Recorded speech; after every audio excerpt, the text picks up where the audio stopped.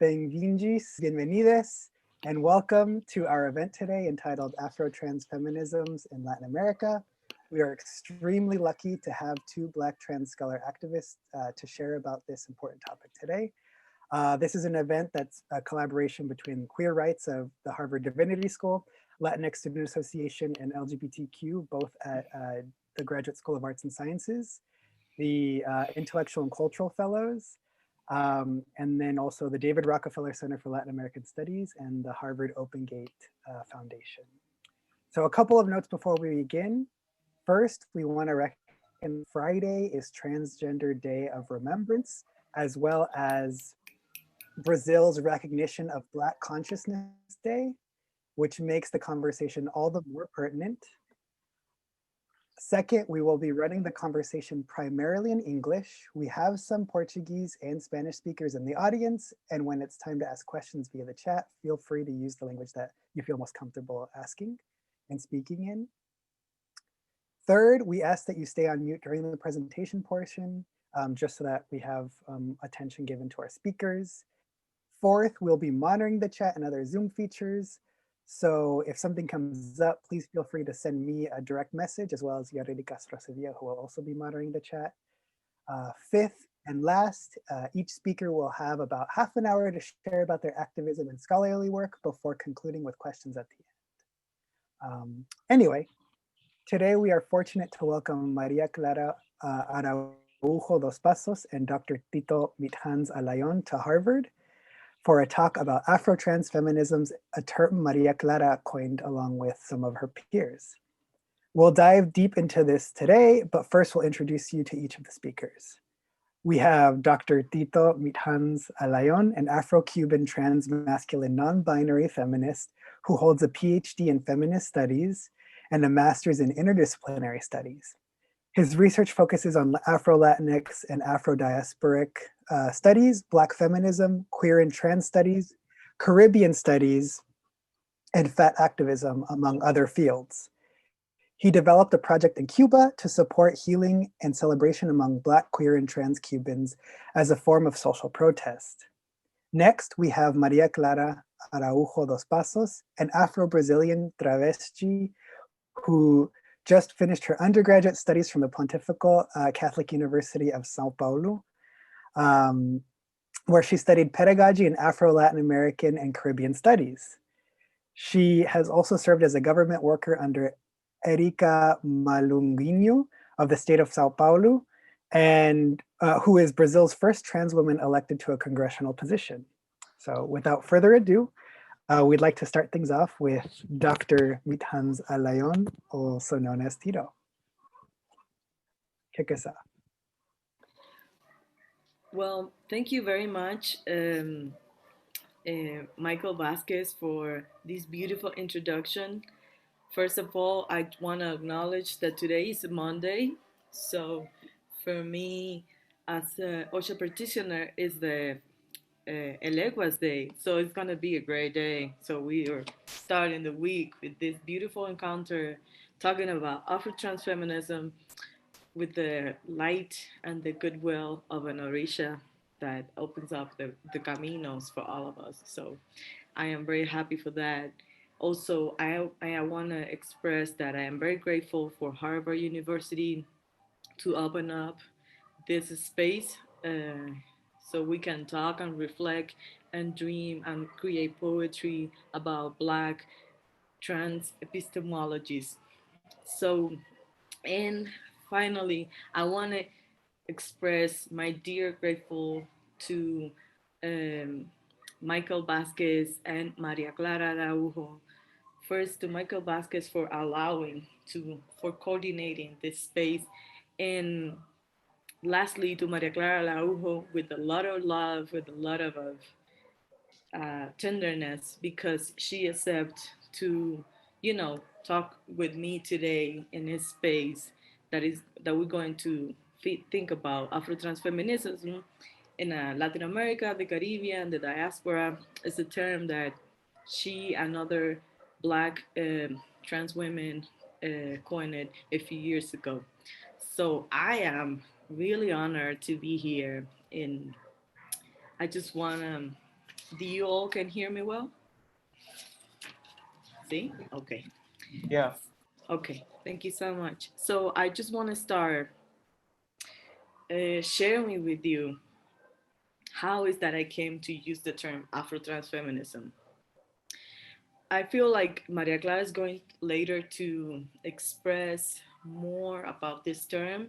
I just want to reconnect what it means for me. How do I use it in my researches, in my activism here in San Cristobal de las Casas, Chiapas, which is the land of a lot of indigenous communities that are located in the southeast of Mexico. So here we are in the lands of Tzotziles, Celtales, Soques, Moms. There's a lot of communities here, and I want to honor just them and the existence and their resistance to, the how can I say? We call it here white mestizo colonialism.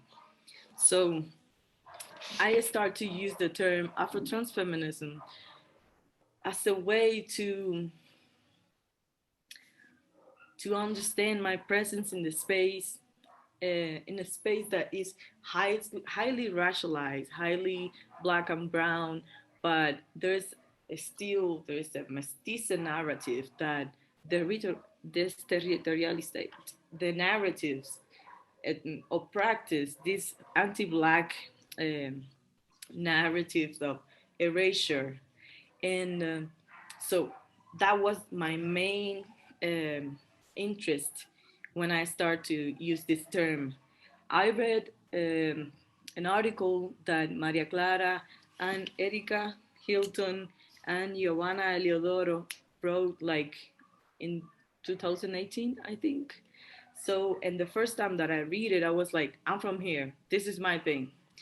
And it helps me to understand this complex process of desterritorialización, the discourses of limited blackness in Mexico, how the Mexican government marginalized black communities, for just recenter these black communities at the margins of the coast of the Pacific, of the Atlantic, and just living the black experience of Mexico in those coasts and erasing the whole process of diaspora. Also, for me, it was a land. It was a black trans land from which I investigate, think, and feel my surroundings. I understood my presence in the world. Also, it was a really good term to think the necessity and to promote and search for black trans community from a distance where I am, no? So Afro-transfeminism is also for me, because I am passionate about the articulations of black epistemologies, Afro-diasporical feminisms, and what a lot of colleagues in Latin America are talking about, cuerpo y territorio. So for me, Afro-transfeminism is a term that allowed me to use it as a key to reread territories in a diasporic and queer and trans land. Um, like it helps me to I was transpretizando the feminism, and I think that maybe Maria Clara will like to talk about this later, hopefully. So also Afro-trans feminism is an effort that allow us to promote black and black trans and non-binary people to be in conversation with each other beyond the borders of these projects of blanco mestizos, ideas of nación, and also it brings to the light black, queer, and trans epistemologies, making an interruption in this cis theory about gender. And what I mean by that, like there's a lot of um, theory wrote by black feminists like Hortense Spillers, Alayón Wumi, Natasha Tinsley, Alexis Pauline Gomes, um, Audre Lorde. There's a lot of Black queer feminism, and Jackie Alexander. But the term Afro-Transfeminism expands this idea of Black feminism because it decentered the production of Black feminism from the US or the UK and put the Black diaspora in the center of these Black epistemologies, and also break with these dynamics of um, cis production, even though that the term Black women is a term that Professora Betty Ruth Lozano state as a term that cannot be understood by this lens of a binary gender system. No, so the term Afro-transfeminism is an important also is important also because it's a very radical interruption or intervention of this deterritorialization and of the term of black feminism expands the notion to Afro-diasporical in an Afro-diasporical lens, and also expands this notion of black feminism uh, from this cis and binary spectrum. So I'm very interested in thinking about that, like what can as a black trans people can bring, how what can we offer to black epistemologies, the black radical thinking, and how we have been historically erased from this black radical thought. No, because also we need to acknowledge that um, even though the black radical thought still is, how can we say, well, Shalinka brothers talk about this, you know, how this continuity and actual and updating of politics of respectability, política de respetabilidad or respectability politics continue existing in the black communities. So the black radical thought is how can I say, still has this politics frames too. So because of that, we as black trans people, we have been struggling inside our communities and struggling a lot outside of our own communities to survive, and also to survive in a way where we count in the epistemic process. So I just want to also, I want to say that the term also help us to map, to do this black feminist cartography that Catherine McKittrick talks about a lot. And in this way, we can see a younger generation of black, trans, and non-binary intellectual uh, having a, how can I say, submerged conversation, you know, like a maroon conversation that maybe exists that exists previously, but now is getting more and more visibility in spaces like academia, activism, spaces like art. So I just want to share with you some of how can I say, some of the work and the people that I know and that I try to be in conversation with. So Treva Ellison, Riley Norton, Dora Santana, Castia Vitorino, Meg Rayara. She has a beautiful article called Why You Don't Hug Me. Well, it's in Portuguese, and the name is Por qué você não me abraça? Reflexiones de respeto e invisibilidad de travestis y mujeres transexuales en el movimiento social de negros y negras. So this essay, I mean, I can share with you later. I can put it in the chat. It's awesome. And it's a production of a black trans woman from Brazil who was the first black trans woman who get a PhD in Brazil. You can update the information, Maria Clara, if I'm wrong. So her article, along with many other productions, we are like fleeting, you know, like the river who's gonna get into my house in 3 days. We are flooding, and how can I say? How can I use the word? We are una marea, you know, like the waves of a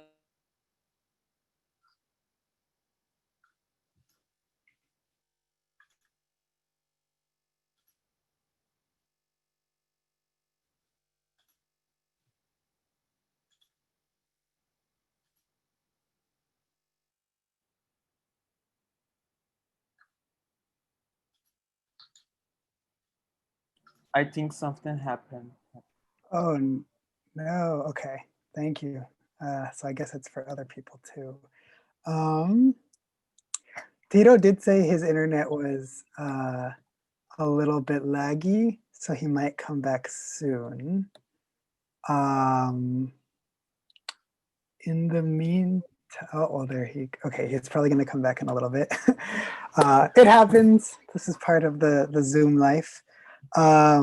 So real quick, so I know there's a couple people who messaged me in the chat saying that they want to know some of these names that Tito was mentioning. So we'll go ahead and put their names in the chat, writing some of them down, and then I'll check it over with Tito just to make sure we got them all. Tito's back here, so we'll make sure he can chat in a little bit. But yes, we'll put the names in the chat for those of you who are interested in learning more. Tito, you there? Yeah, I'm here. Can you hear me? Yeah. Well, I'm very sorry. Well, the internet It happens. Yeah. So I just wanna, can you hear me well? Perfect. Yeah. Okay. All right. So I just want to end my presentation with I just want to highlight that how Afro-Transfeminism is a radical intervention to the naturalization and universalization of this binary gender system. How? Well, in 2016, I read the article of Chego said where they were saying how Blackness troubles gender.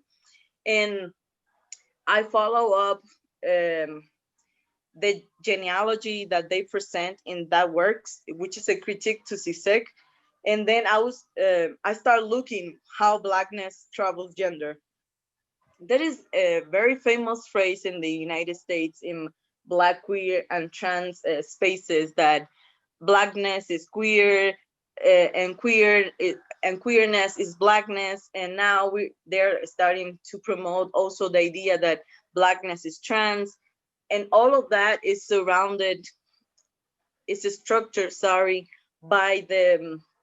by the very strong theoretical apparatus from Black feminism, where, for instance, the work of Hortense argue how all Black people who came to the States and also to the Caribbean, where the colonial process was to reduce them, the Black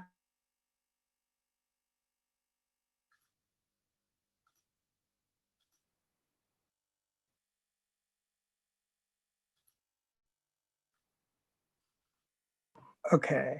Did it freeze again? Yeah. system. Oh. Sorry, Tito, can you hear me? you froze for maybe like 10 seconds. Yeah. Can you hear me now? Yeah, perfect. Okay. So I was trying to say that, okay, can you hear me? Yeah. Okay. All right. So, well, what I was trying to say is that with having that in mind, with this idea that Hortense Spiller, how can I say, argue, there we can follow up other works like Oyeron que Oye Woman and her latest book about Ochun and how Ochun is a fundamento epistémico, and how other corps of Black spirituality like Candomblé, como Regla de Ocha or Voodoo are an archive where other type of Blackness that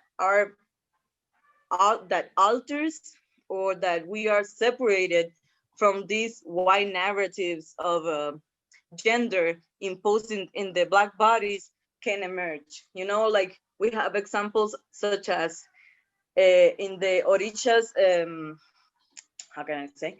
In the Orishas archive in Cuba, for instance, we have how Yemaya becomes Olokun, and Olokun is a being that lives into the sea that has not Western genders.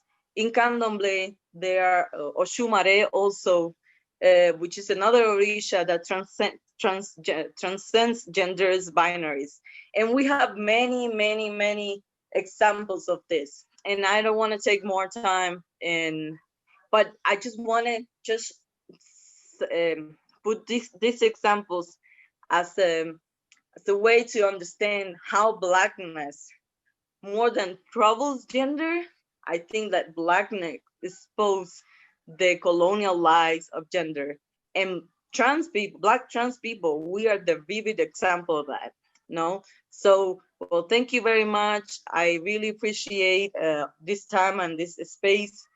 I'm very sorry for the internet situation, and well, that's it. Thank you. Thank you, Tito. Appreciate you. That was good. And no worries about the internet, it happens. Tito, a couple things. You mentioned some really cool names of scholars, of activists, of scholar activists, of theories and stuff. Could you drop them in the chat just so that people who want to read about them after can learn more? So yeah, and then at this point, we'll transition to Maria Clara. So we just heard from Dr. Tito Mitjáns Alayón, affectionately Dr. Tito. And now we're gonna hear from future Dr. Maria Clara. So get excited. And Maria Clara, do you have like slides or stuff you wanna share? Yeah, or? yeah, I will share my screen, just a Okay. second. Okay, cool. Perfect, we can see it. Okay. Oops, I accidentally muted you instead of muting myself. Are you hearing me? Sorry, yeah, I could hear you now. That was my bad. Okay. Okay. Laroyesho. Good afternoon. First of all, I'd like to thank Tito and Michael for the invitation. I'm very happy about this talk. November is a special month in Brazil. For us, November the 20th represents the historical struggles of Afro-Brazilian communities. We honor our Afro-Brazilian history and the unquestionable contribution made by Afro-Brazilian people to our country. Just a sec, yeah. Our ancestors and the Quilombo or Republic of Palmares, the first and the only experience of a real democracy in Brazil, according to Afro-Brazilian feminist Lelia Gonzalez, who taught us how powerful we are. Because of that, on November the 20th, we celebrate our Black Awareness Day. Over there in the West, you celebrate Transgender Day of Remembrance and honor those of us who passed. I'm feeling great to be here, even though it is online, and to experience this opportunity to talk to you, Harvard students, and knowing that the narratives of Afro-Brazilian trans women or Afro-Brazilian travestis are reaching other countries and people who want to learn from us, from South America. This is a great opportunity to discuss some very important issues for us, the trans and the Afro-Brazilian community right now. First of all, I should tell y'all that in this talk, I won't translate the term or the identity travesti, because we believe that some terms shouldn't be translated. Travesti is a Latin American identity, very common in countries like Brazil, Argentina, Bolivia, Colombia, and Chile. Personally, I believe that when we translate some things that belong to our culture to satisfy the desire of the West to understand or to search for our reference of what we are saying, this action, translation, means losing our specificities as a Latin America identity. Travesti means something beyond the gender binary. Many of us believe that travestis aren't men or women, but travestis. Others understand the experience of being a Brazilian travesti very close to women's experience, like me. So I'd like to introduce myself. My name is Clara Araújo dos Passos. I am an Afro-Brazilian travesti and I am 24 years old. I'm from Recife, Pernambuco, in the northeastern Brazil, and I was the first transgender person to pursue a pedagogy, teaching, education undergrad at Federal University of Pernambuco, the same institution where Paulo Freire was a professor. Right now, I'm finishing my undergrad at Pontifical Catholic University of São Paulo after 5 long years studying about decolonial pedagogies and trying to understand how we can build an education process that is inspired by those insurgent acknowledged that come from the social and political movements of Afro-Latin America. Right now, I'm also responsible for doing political articulation with LGBT movements and women movements for our Mandata Quilombo. Just a sec. Right now, I'm also responsible for doing political articulation with LGBT movements and women movements for our Mandata Quilombo at the Legislative Assembly of São Paulo State. Mandata Quilombo is a group of Black people with a majority of Black women whose work is to fight structural racism, sexism, and LGBT phobia with the first transgender Black woman to be a state congressperson in the entire world, Erica Malunguinho. So because of that, it is important for me to speak about the work of Afro-Latin America's social and political movements, because we understand, and when I say we, I'm talking about Black intellectuals and activists, that these movements introduce to society, to the state, to education itself, new forms or ways to understand our country, our history, and how the system of oppressions works in our region.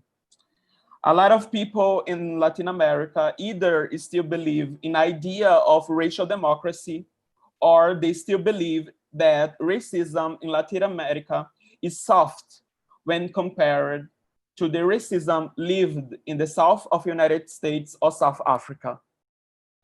So before I talk about Afrotransfeminism, or about a perspective that embodies the place of speech, and when I said place of speech, I'm quoting a concept coming from Jamila Ribeiro, an Afro-Brazilian feminist, who is an ally to the trans community in Brazil. So before I talk about Afrotransfeminism, or about a perspective that embodies the place of speech of Afro-Brazilian trans women or Afro-Brazilian travestis, I want to share with you all some thoughts about the history of the Afro-Brazilian community and the history of travestis and transgender community in Brazil. As a Black trans women or Black travestis, we understand that intersectionality is important in order for us to be able to analyze or to understand how our lives are affected by racism and transphobia at the same time. I know that Kimberly Crenshaw introduced the concept of intersectionality, But in Brazil, we are trying to understand this system of oppression inspired by the Afro-diasporic cosmology. So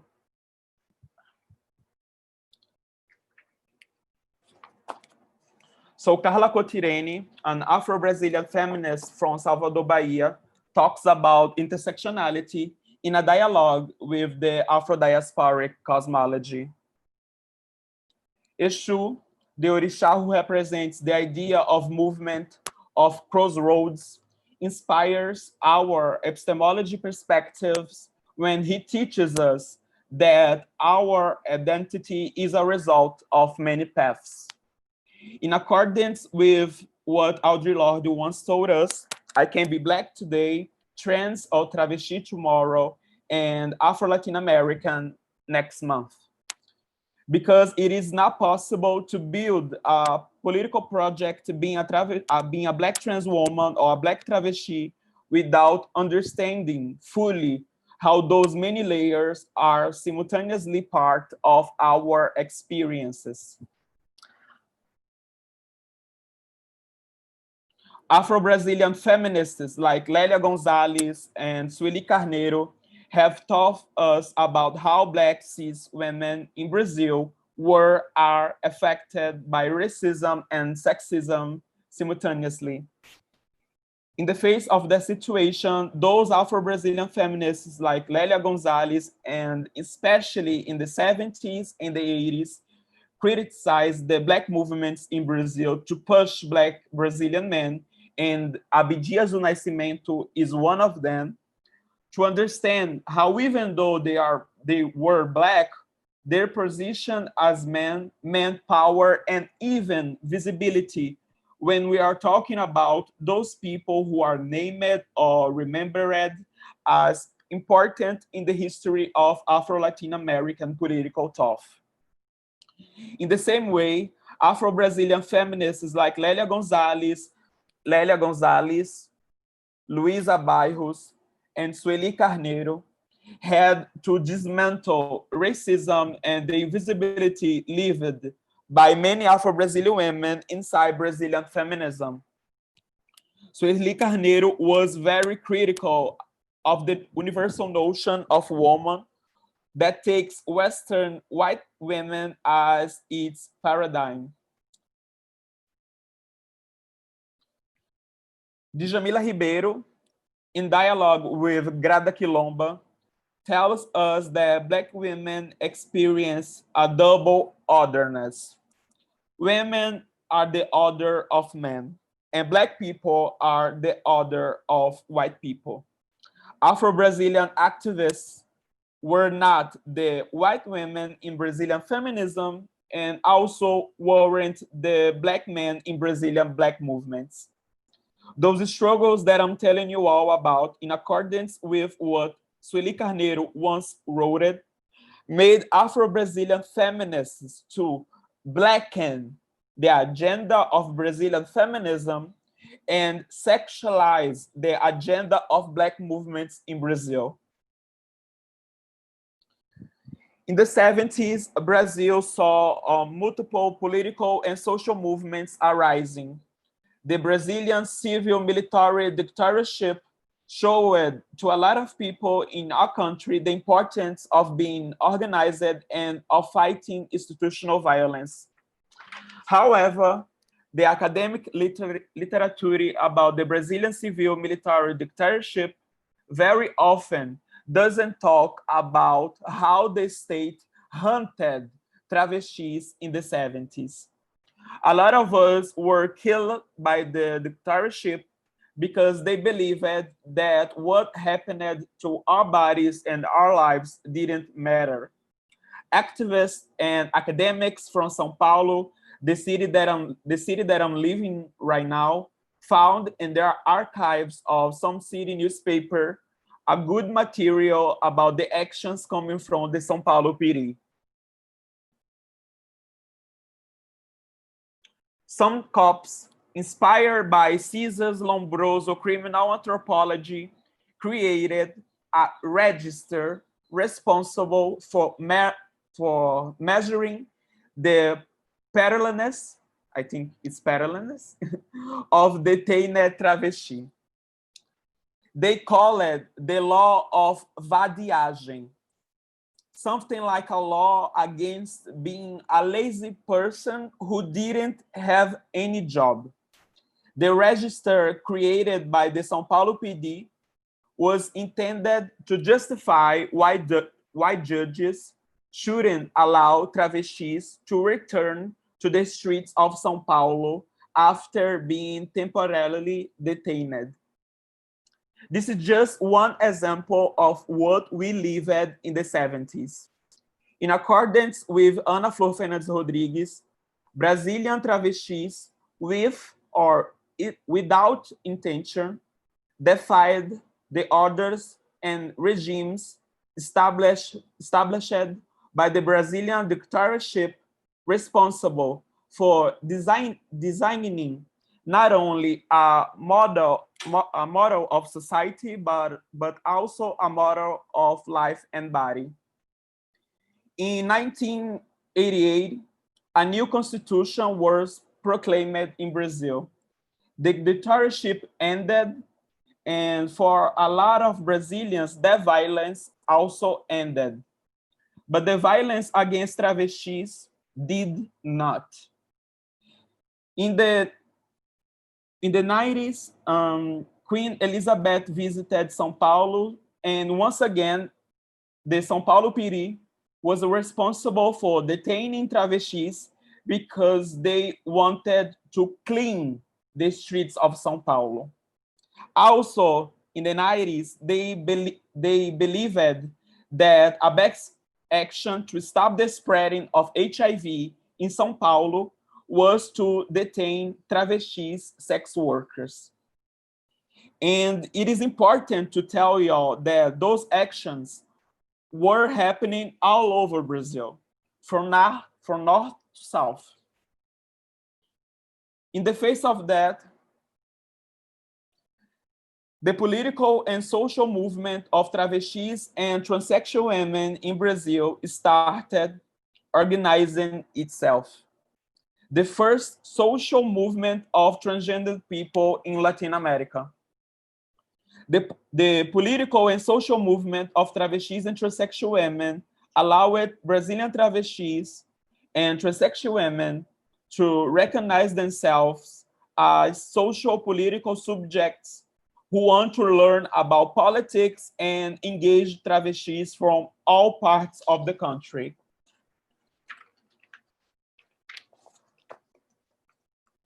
The experience lived by many travestis and transsexual women inside the movement was very pedagogical. It is possible to affirm that a political pedagogical praxis was built through the history of the movement.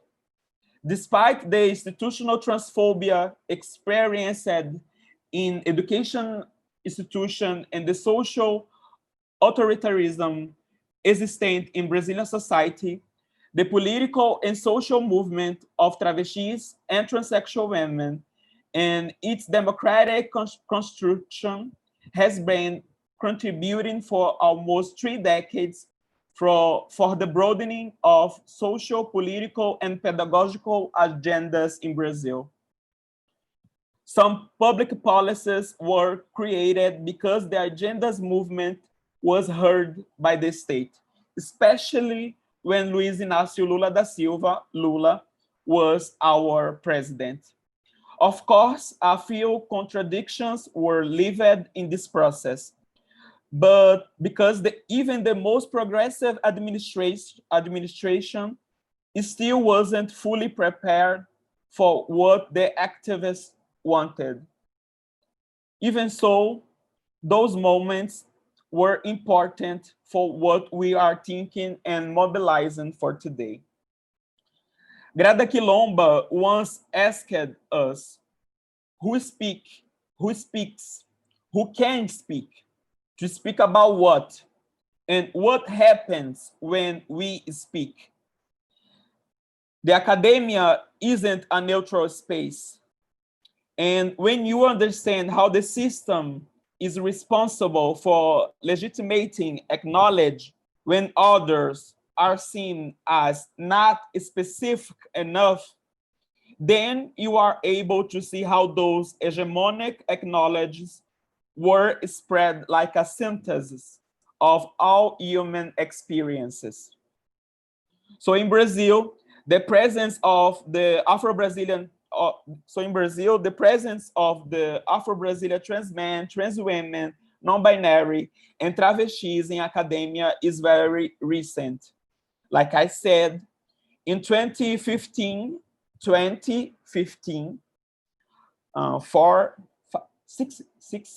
5 years ago, I was the first transgender person to pursue undergrad in pedagogy at Federal University of Pernambuco, the most important university in a state with 9 million people.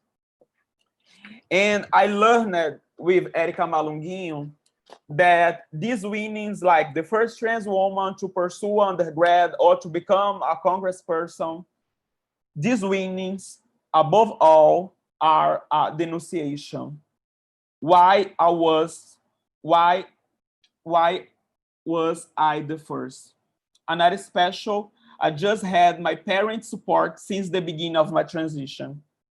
But besides all of that, we are feeling very happy in Brazil because the number of trans women, trans men, non-binary, and especially those who are Black, the number of them who are getting a degree or becoming a professor in universities like Jaqueline Gomes de Jesus, Letícia Nascimento, and Meg Hayara, these numbers are growing.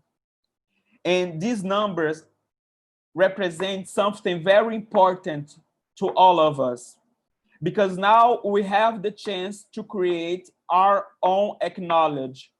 For a long time, in Brazil's academia, cis people talked about us. They were responsible for telling the Brazilian society what it meant to be a travesti or a transgender person.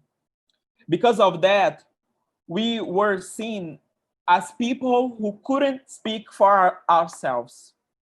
This has been changing. The Black movements in the social movement of travestis in Brazil have been for over 2 decades engaging and demanding affirmative policies to help us to stay in schools and enter academia to increase the diversity of academic students.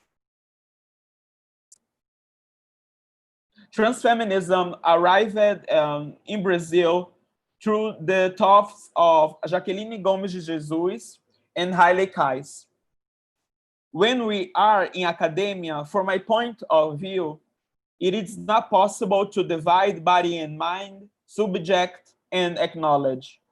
The colonial feminists like Oti Curiel and Ildex Minoso taught us about colonialities and the importance of dismantling those universal paradigms coming from Western modernity.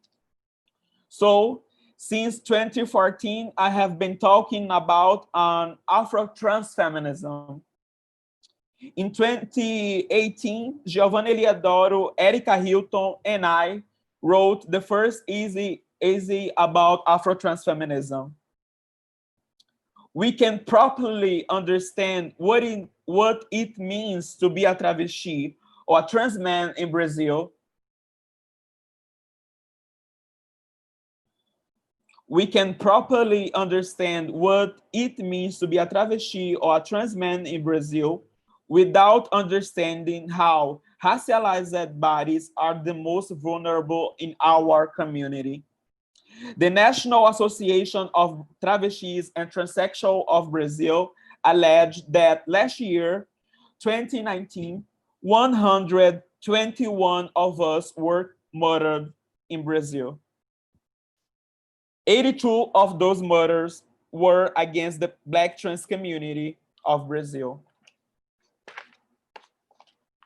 From January to October of this year, 2020, we know that 152 murders against the trans community in Brazil have already happened. Brazil is the leader of transgender murder.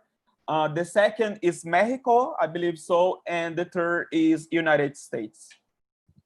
And of course, the majority of those murders were against Black trans women, Black travestis, and in some cases, Black trans men.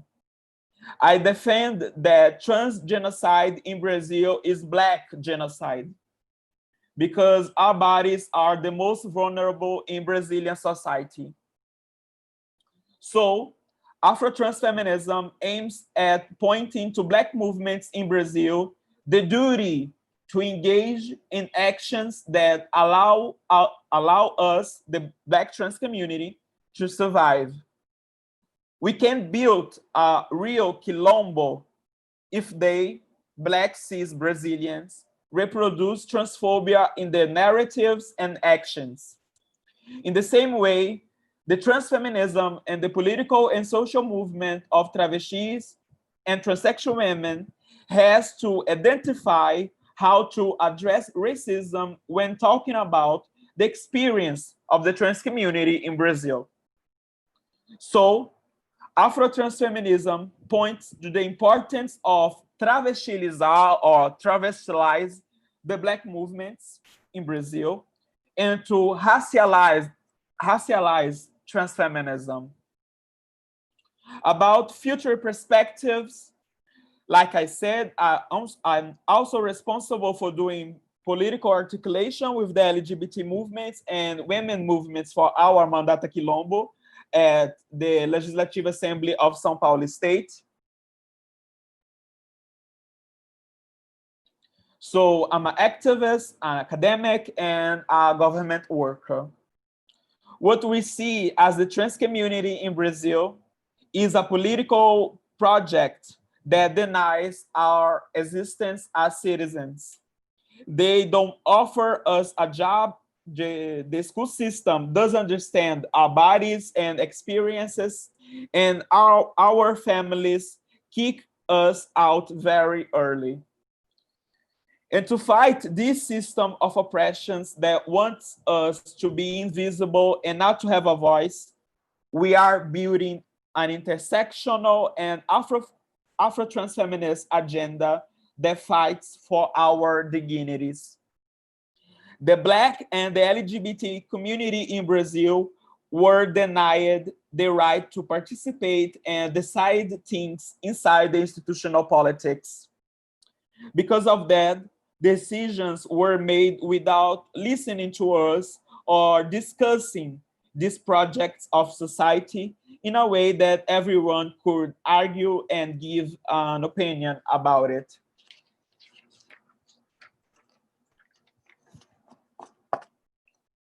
We recognize in the victory of Erika Malunguinho a new beginning for our people.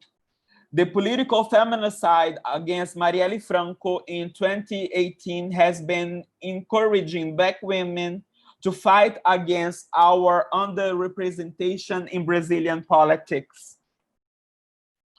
Also, the number of trans women and travestis who have interests about Brazilian politics is growing. And I have a great news for you. Yesterday, November 15, 22 trans women and travestis were elected. 8 of them are Black. And Erika Hilton, who wrote the essay about Afro-transfeminism, is one of them. She's elected. Inspired by Sueli Carneiro, I always say that between left or right, I am an Afro-Brazilian travesti. None of these two political projects had been concerned about our experiences in Brazil. So, in my point of view, as a travesti, it is important to look at Erika Malunguinho and see what we achieve. It's a new beginning. Obviously, Erika alone and all by herself can change years of violence against our communities. But we believe that our project is for everyone, not only for Black people and LGBT people. Our fight is about ourselves, but it is for the good of everyone in Brazilian society. Angela Davis once said in Cachoeira, Bahia, when Black women move forward, society moves forward with them. We, as Mandata Quilombo, understand that race and gender are important for our political project because the Brazilian system of oppressions is more evident on Black women's body and Black LGBT bodies. We understand very clearly about how the society was built, and because of that, we are the most qualified to think about how we can make some real changes. Also, it is important to say that those changes will affect everyone's life, because when it gets better for those who are the most marginalized people in our societies, we can expect to see changes in the whole system. The Legislative Assembly of São Paulo State isn't a safe place for LGBT and Black bodies. That place were built for cis, straight white men. We know that, and we feel and see that every day. And very often, they treat us like outsiders. But Patricia Hill Collins taught us about how Black women were capable of creating insurgent epistemologies because they were inside those institutions, even though they were treated like outsiders. Maybe you all are curious about Bolsonaro's administration and how we are surviving in Brazil right now. But I have a duty to share with you all that our work precedes Bolsonaro and will continue after Bolsonaro. Once again, I have a duty to share with you all that our work precedes Bolsonaro and will continue after Bolsonaro. We have a lot of work to do, and I have just shared one part of what we are doing in Brazil right now. Once again, I'd like to thank Tito and Michael for the invitation and you all for listening to what I said. And my plans are to apply for a PhD in a West University very soon. So this won't be the last time that you all see me, okay? Thank you. Wonderful. Thank you so much, Maria Clara, for the lovely presentation. Appreciate it. As for you, Tito, this was great. And so at this point, we're going to transition to kind of a Q&A session. Just for a little bit of context, though. So Tito, as well as a couple other folks, put in the chat a couple of links. What I'll do is I'll compile those links together, as well as the names that Maria Clara just mentioned, and I'll make sure to include those in our follow-up email. So all of you will be receiving that. And then also, we have two events coming up this week that we'd like to share. One is called The Transformative Power of Black Studies, put on by two Black queer PhD students here at Harvard, who are going to talk about the growth of Black studies as a discipline. That's tomorrow at 6 p.m. Eastern Standard Time. And then on Thursday, we're going to have two trans scholar activists talk about pedagogías trans. That's going to be in Spanish. Tito's going to be one of those speakers again for that. And I will make sure to include those events in the chat, but also the email as well. That being said, I'm going to ask Tito and Maria Clara just a couple questions, but feel free to join in. If you would like to ask a question to our speakers, just raise your hand virtually and I'll make sure to call on you. In order to raise your hand virtually, you can click at the top of your screen and it'll have 3 dots and it'll say raise hand, and that should give you the chance to do it. But yeah, so for Maria Clara and Tito, just a couple questions. The first one is, what do you see as the future of the field of Afro-Trans feminisms? Each of you talked about how it's always existed, but it hasn't necessarily been recognized in academia until you brought it into the conversation. So what would you say comes next? What comes next for the field of Afro-Transfeminisms?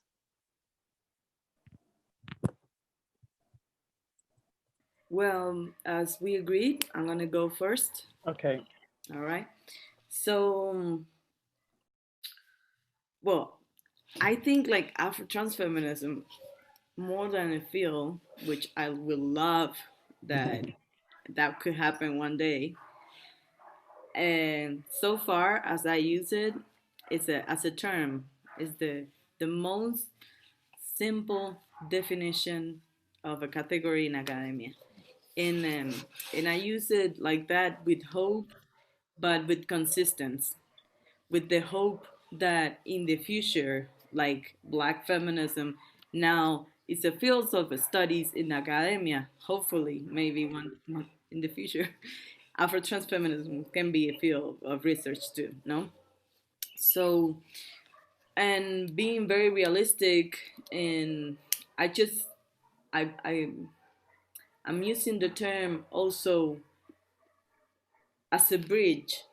I recently this year I wrote an article that is called "From Afro-Transfeminism Bridges." No, so for me, what I hope in the future is that this term can be as a bridge, Afro-diasporical bridge from for a lot of young and not also young, but the majority of the Black trans people who are in political spaces, in activist spaces that exist, all Black trans people that exist, you know, because sometimes when we are in academia, it's just like it's academia can be so isolated, no. So if you don't wrote an article, or if you don't wrote a manifest, it seems that you don't exist. So I want to transcend this idea and propose that hopefully Afro-transfeminism is a term that build bridges between different experience from Black trans people in Avia Yala, just to connect and to so we can have a conversation, so we can come together. Um, Also because this how can I say, this anti-black, this politics of anti-blackness erasure are very tactical and efficient to interrupt dialogues, articulation between Black people, and especially Black queer and trans people.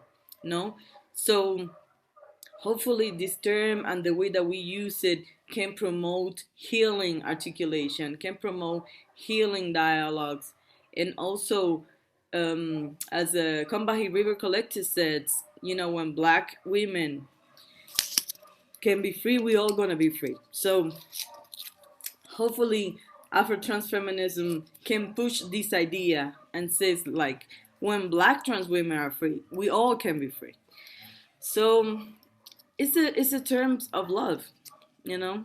That's the future that I see for this term. It's a term of love, of resistance and affection also. Thank you. Okay. Right now, without my notes, all right? So, like I said, I see Afro-transfeminism as a praxis, right? So I hope that more trans women or travestis of Afro-Latin America who identify themselves as Afro-trans feminists, I hope they are able to increase these numbers of diversity in academia and have the chance of creating their own acknowledges and everything. But also, I think it's important to point that cis people has the duty to read us and to how can I say to share what we as trans people from Latin America are producing in terms of acknowledge. So this isn't a talk about isn't a talk only about the trans community, but also about cisgender people, right? And it is important to not speak for us, but to speak with us, right? So I think this is the next of Afro-Transfeminism. Perfect. Tito, you were going to say something?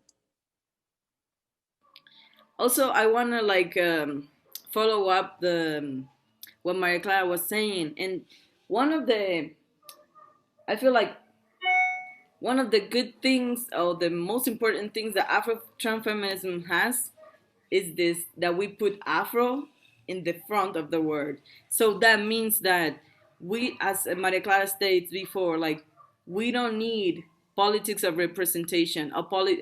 There's a very famous researcher, Linda Alcoft, and she talks about the politics of talking for the other people. And I think like this is kind of like the main, can you hear me? Okay, this is kind of like one of the main identities of white feminisms. No, this necessity to talk for what they call the others. So one of the good things that the Black radical tradition has is like the Black radical tradition is the seeds of decolonialism, decolonial feminism, decolonial thought. So we have a strong intellectual and theoretical structure that allow us as the Black people to not to we don't need to record we don't need to use others theoretical frames because we have our own coming from this Black radical tradition. So Afro-transfeminism also seeds and use that genealogy, but as Maria Clara says, in a way that intervene that genealogy also, because expose that this black radical tradition also is it's a result of what our ancestors were doing too. But because this respectability politics, you can never see it, you know. So I hope that if I hope something for this term is that interrupt radically this tradition of speaking for Black trans people, and more than that, to not just that cis people, you know, like accompany us, but cis people step aside and put in the back of our fight that trans masculine people can accompany the transvestites and the trans women with honor and not taking the whole space that masculinity provide us. That even in the Black queer and trans community, you know, colorism and lightened skin people can leave space so the the blackest people of our community can have the space that historically colorism has taken them. So it's a lot going on inside of that term, and there's a lot of hope. And like I feel also, I don't know if Maria Clara you want to talk about it, but Afro-transfeminism talks something very deep too, is the importance of the Black spirituality as another source of not just to make a disruption of gender binaries, but as a epistemology and as a philosophy. What do you hope for? What opinions do you have about this involving this Afro-transfeminism lens?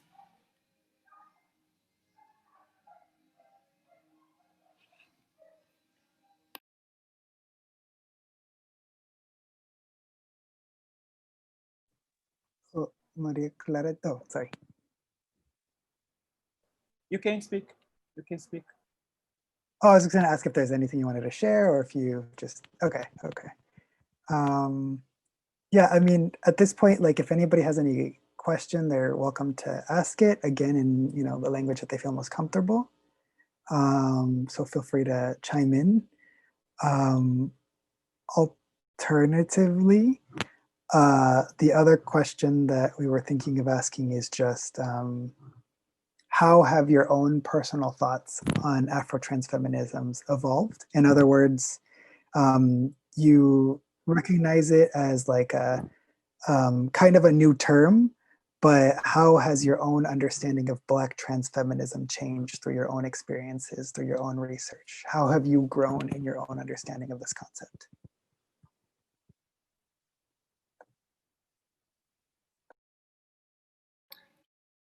Maria Clara, you want to go first this time? Yeah, I'm sorry. A lot of things are happening right now here. Can you repeat the question, Michael? Yeah. So basically, like, how has your own personal understanding of Afro-Transfeminisms grown or changed?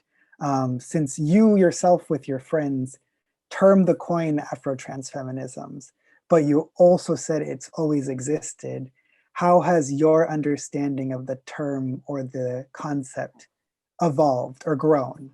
Or is it still growing for you? Okay. Um, I don't think it always existed personally, but I think that when I first heard about transfeminism, I was 2014, no, 2013, 2013. In Brazil, it was the first time that I heard the term transfeminism without the Afro. And I was very angry about some discussions, transfeminism discussions, because they didn't talk about race, or they talked about a universal notion of the trans community. The trans community, okay, but yes, we are trans, but we have class, right? We have race. In Brazil, I am from the northeastern Brazil, and there is a lot of people, trans people, who are from here, from São Paulo, who where a lot of money of Brazil, um, it's here. It's here where you have opportunities, job opportunities, universal opportunities. And I can talk about being a trans person without understanding my experience being a travesti, a Black travesti, even though being light skinned. So I think that since 2015, I have been talking about Afro-Transfeminism because I believe that the future of Brazil, it is in Black travestis' hands. We are the future of Brazil, right? And if the Brazilian community, progressive community, the Black cis people of Brazil, or even though the trans white people of Brazil doesn't pay attention for what we Black travesti what we are saying, they will lost some very important issues for a a collective political project. I don't know if you understand what I'm trying to say. Yeah, that was perfect. Thank you so much. Tito? Yeah, I just want to say that yeah, I keep growing with the every time that I reflect about this term, because the thing is, like, for me, I am in a conversation diasporically with other Black folks. Like, where I live, there's a lot of Black people, but I am not in a conversation with the majority of the Black people who are in my city or who are in Chiapas, because the notion of Blackness is complicated and is different from what I know. So the Black Mexican movement is growing and the movimiento negritud de mexicano is growing too. No, it's expanding, it's flourishing.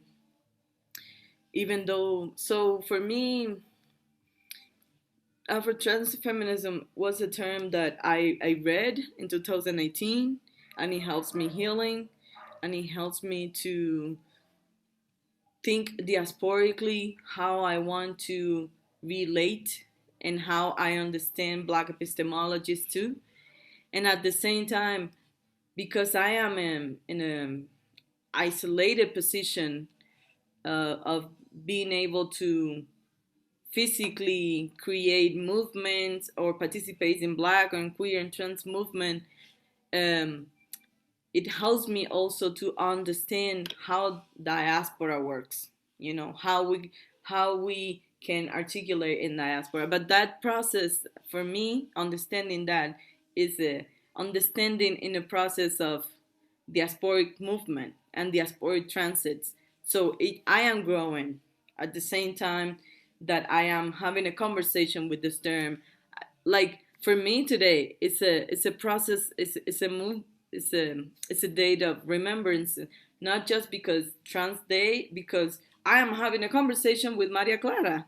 Like so today also for me it's important because we are creating another bridge. I am learning today also a lot from what Maria Clara shared. So yeah, I am growing. It's like I am growing because what I just said, and because I feel like it's a term that has many possibilities, but the term itself needs to be in conversation como in a or in an urgent way, you know, like we need talking, we need meetings, we need encounters, we need physical connections, we need all that so the term can transcend like a wave, you know, like can move around. But yeah, see. Perfect. Thank you so much. I think we're coming up on time, so I think we'll probably conclude. That being said, thank you so much for our speakers for all of their hard work and their perspectives. We appreciate you. That's going to conclude us. However, if you would like to stick around and maybe ask a question after we've been able to stick around for a little bit, feel free to do so, but no pressure. But yeah, that concludes our event. Thank you so much. Huge applause for both Maria Clara and Tito for sharing these perspectives, and we appreciate everybody else for attending as well. So thank you and have a wonderful day. And remember, Friday is Trans Day of Remembrance as well as Black Awareness Day. So be mindful of any events that are coming up for those as well.